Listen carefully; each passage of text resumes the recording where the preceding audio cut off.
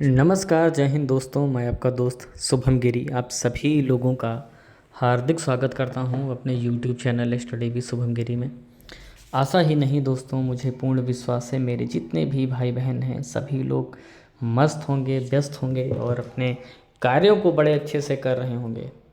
दोस्तों, cut off date की court case की बात करेंगे, मगर उससे पहले मैं बात करना चाहूँगा बीपीएससी टीआरए 3 की रिज़ल्ट की, जिसमें मेरे बहुत सारे भाई बहन ऐसे हैं कट ऑफ डेट वाले जिनका चयन बीपीएससी टीआरए 3 में हो गया है। तो मेरे उन सभी भाई बहनों को बहुत बहुत बधाई कि बीपीएससी टीआरए 3 के रिज़ल्ट ने उनके ज़ख्मों पे मरहम का दोस्तों जो है वो पूरा काम किया है। तो आपके चयन होने पर मुझे बहुत ही ज़्यादा खुशी है कि कम से कम आपके पास एक बेस मिल गया है कि आप थोड़ा सा अपने जख्मों पर मरहम लगा सकते हैं और जॉब करेंगे आप। दोस्तों, थंबनेल और टाइटल देख करके आप सभी लोग समझ गए होंगे कि हम बात करने वाले हैं cut off date issue court case update की। और कल बड़ी खुशखबरी दोस्तों मिल सकती है आप सभी लोगों को। आप सभी लोग जानते हैं आज 17 नवंबर है, आप सभी लोग जानते हैं, और कल 18 नवंबर है। और कल निर्णायक दिन साबित होने वाला है, क्योंकि ईएमआरएस के मोस्टली केसेज हैं कल उनके निर्णय आ जाएंगे। खासकर जो बड़े केसेज हैं, चाहे वो सब्जेक्ट कॉम्बिनेशन हो, चाहे वो कट ऑफ डेट इशू हो, निर्णय कल दोस्तों 12 बजे के बाद 12 से वही 2 के मध्य चीज़ें जो हैं दोस्तों वो क्लियर हो जाएंगी कि कट ऑफ डेट वालों का जो भविष्य होगा वो क्या होगा। एक चीज़ ये, और दूसरी चीज़ मैं दोस्तों आपको बता दूं कि निर्णय जो भी आएगा, ठीक है, सेकंड पार्टी जो है वो आगे जाएगी, चाहे वो डबल बेंच में जाए, चाहे वो सुप्रीम कोर्ट में जाए। वो ऐसे, इसको इस प्रकार से समझिए। थोड़ी देर के लिए मान लेते हैं निर्णय जो है वो हमारे पक्ष में आया, थोड़ी देर के लिए मान लेते हैं, और मुझे इसकी संभावना भी लग रही है कि 50-50 मामला है, निर्णय किसी भी तरफ जा सकता है, ठीक है। थोड़ी देर के लिए मान लेते हैं कि निर्णय हमारे पक्ष में आता है, ठीक है। तो नेक्स्ट क्या करेगा दोस्तों, ये या तो डबल बेंच में जाएगा या सुप्रीम कोर्ट में चला जाएगा। वो उस निर्णय के खिलाफ जो है जाएगा और केस लड़ेगा, एकदम तय मान करके चलिए दोस्तों। लेकिन अगर निर्णय उनके पक्ष में आए, यानी विपक्ष में आए, यानी कि डिपार्टमेंट के पक्ष में अगर चला जाए, तो ये जो सारी चीज़ें हैं दोस्तों, तो हम भी जो है, हमारा से तात्पर्य मेरा कट ऑफ डेट वाले भाई बहनों से है, हम सभी लोग भी डबल बेंच में नहीं जाएंगे। हम लोग सीधा सीधा रुख करेंगे सुप्रीम कोर्ट का। मेरी कई वकीलों से बात हुई है, मेरे दोस्तों के भी कई वकीलों से बात हुई है जिनका कट ऑफ डेट का दोस्तों मैटर चल रहा है, तो उन्होंने भी यही कहा है कि डबल बेंच से बेहतर है कि आप सुप्रीम कोर्ट में सीधे जा कर के अपनी लड़ाई लड़ें। वहाँ पर जल्दी केस भी आपका ख़त्म होगा, जल्दी केस भी सुनवाई होगी, और बहुत ही निष्पक्ष तरीके से वहाँ जो आपका मैटर है दोस्तों वो सुना जाएगा। क्योंकि वहाँ ना नई चीज़ भी एक्सप्लेन होती है, आर्टिकल 142 विवेकाधिकार की शक्ति। वहाँ ये भी सुप्रीम कोर्ट देखेगा कि यहाँ पर बच्चों के विशेषाधिकारों का हनन तो नहीं हो रहा है। तो ये सारी चीज़ें दोस्तों बड़ी ही महत्वपूर्ण हो सकती हैं वहाँ सुप्रीम कोर्ट में। अब दोस्तों, मेरे कई मित्रगण दोस्त मुझसे पूछते हैं कि सर सही बताइए, निर्णय होगा क्या, क्या लगता है किसके चांसेस ज़्यादा है।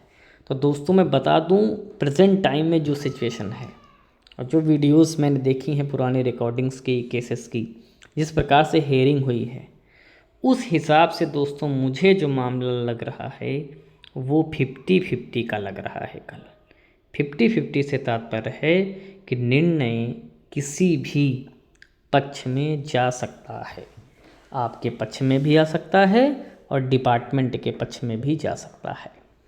50-50 का मामला है। अगर आप मुझसे पूछेंगे कि ईमानदारी से बताइए, ईमानदारी से ये है कि जो केस है वो दोनों पलड़ों में बराबर बेस पे लटका हुआ है। कल डिपेंड करेगा कि माननीय जज साहिबा का मूड कैसा है, उनको क्या लगता है उस टाइम पर, उसी हिसाब से दोस्तों आपका जो निर्णय है वो आएगा।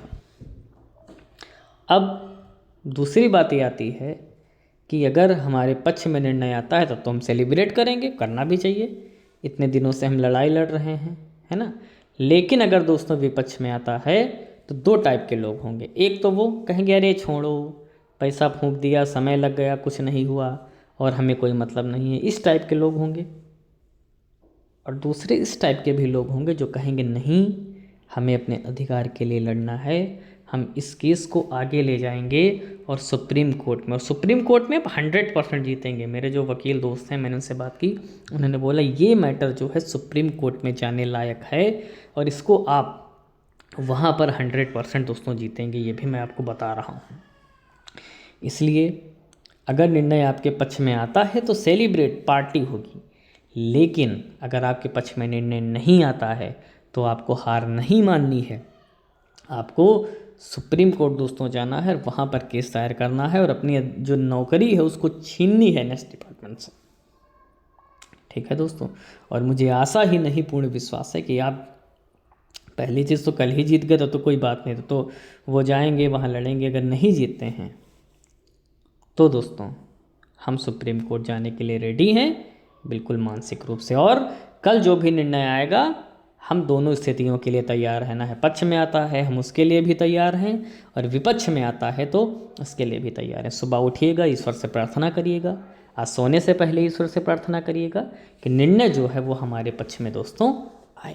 और मैं भी आपके लिए प्रार्थना करता हूँ कि निर्णय जो है हमारे बच्चों के, हमारे भाई बहनों के पक्ष में आए और जो आपका अधिकार है वो आपको मिले। आप एक सही तरीके से एग्ज़ाम पास करके यहाँ तक पहुँचे हैं, डीबी हुई है, ज्वाइनिंग लेटर मिला है, और उसके बाद कोई आपको पीछे खींचे तो खलता ही है।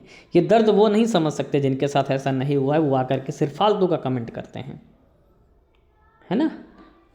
तो खैर उन लोगों से कोई मतलब नहीं है, हमें कोई फ़र्क भी नहीं पड़ता है। तो ये दोस्तों बातें हैं जो आपसे करी, आज की चर्चा थी जो हमने आपसे कर ली।